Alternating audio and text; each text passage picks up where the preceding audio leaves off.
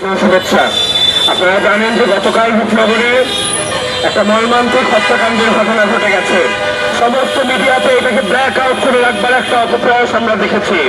কারণ 16 জন নিহতের কথা এখন পর্যন্ত অফিসিয়ালি জানানো হয়, কিন্তু আমাদের রূপনগর এবং মিরপুর জোনের নেতৃবৃন্দ ছিলেন, জাতীয় নেতৃবৃন্দ গতকাল এসছিলেন ঘটনাতে।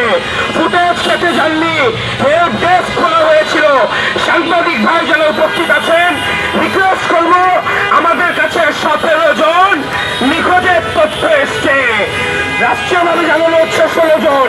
এখানে গরমের আছে। আপনাদের উচিত হবে রাষ্ট্র এবং জনগণের মধ্যে যে অবিশ্বাসের জায়গা আছে।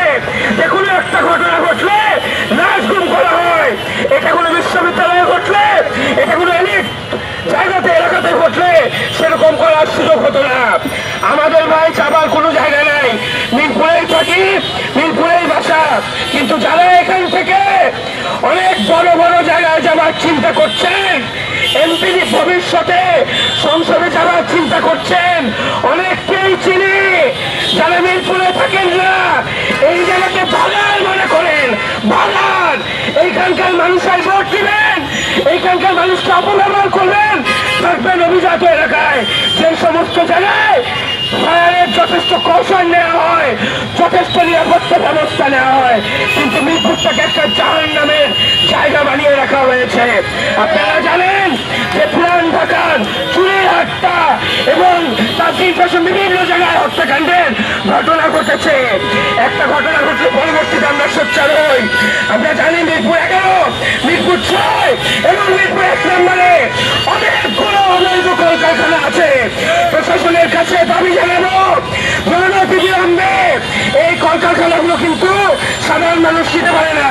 অনেকগুলো টেবিল ঘুরতে হয়, অনেকগুলো মন্ত্রণালয়ের সাথে সম্পৃক্ত। কাজে অবৈধ যে সমস্ত কলকারখানা আছে মহানগর উত্তরের মধ্যে, সেগুলো সরান।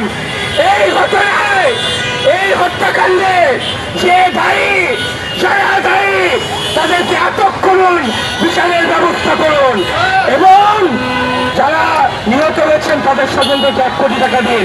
পরিশেষে আরেকটা গুরুত্বপূর্ণ কথা বলবো, এনসিপিকে বলেন কিংস পার্টি রাস্তার মধ্যে বেউ বেউ করে চিল্লাচ্ছে।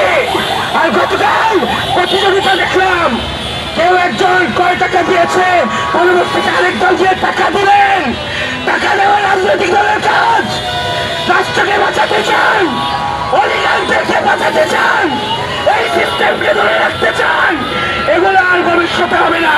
কালা কিংস পার্টি মানুষ বুঝে টাকা দিয়ে রাষ্ট্রের দায়বদ্ধতাকে শীতল করার প্রচেষ্টা, এগুলো করে ভবিষ্যতে লাভ হবে না। যদি এই 3 দফা দাবি মানে না হয়, তবে এনসিপি, ছাত্র সংসদ, যুব শক্তি এবং আমাদের শ্রমিক শক্তি, আপনারা জানেন এই 17 তারিখে ইনশাল্লাহ আত্মপ্রকাশ করছে। শ্রমিক শক্তির নেতৃত্বে আমরা ইনশাল্লাহ ছাত্র জনতাকে নিয়ে ঝাঁপিয়ে পড়ে দুর্বার আন্দোলনের ডাক দিব। ইনকিলাব জিন্দাবাদ।